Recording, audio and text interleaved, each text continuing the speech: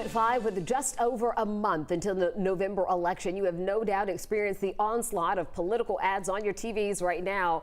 And you may notice in the negative ads, the bad guy in the ad always seems to look a little worse than the good guys or gals. So 11 Alive's Doug Richards is taking a look at why it gets complicated when race is introduced. No politician worth their salt will make a campaign ad that makes their opponents look good. But making them look bad can be tricky, especially if the opponents are of two different races. I thought they were doing the numbers wrong. Stacey Abrams looked like this when her campaign produced this ad. I believe that you don't raise taxes on working families. More phony Abrams. When Brian Kemp's team got hold of it, Abrams looked like this.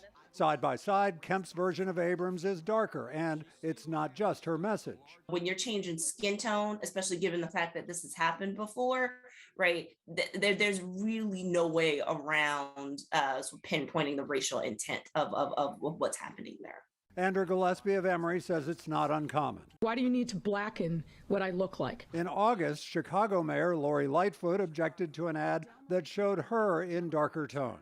Kemp's ad has several images of Abrams that appear to be darker than the original.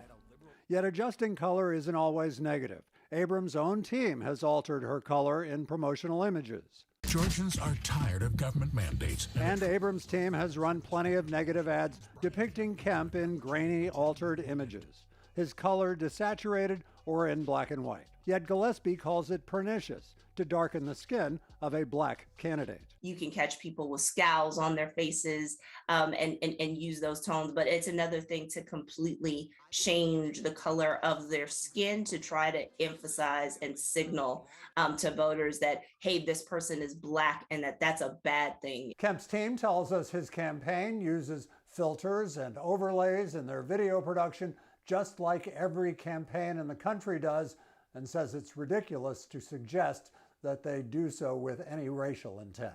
Doug Richards, 11 Alive News.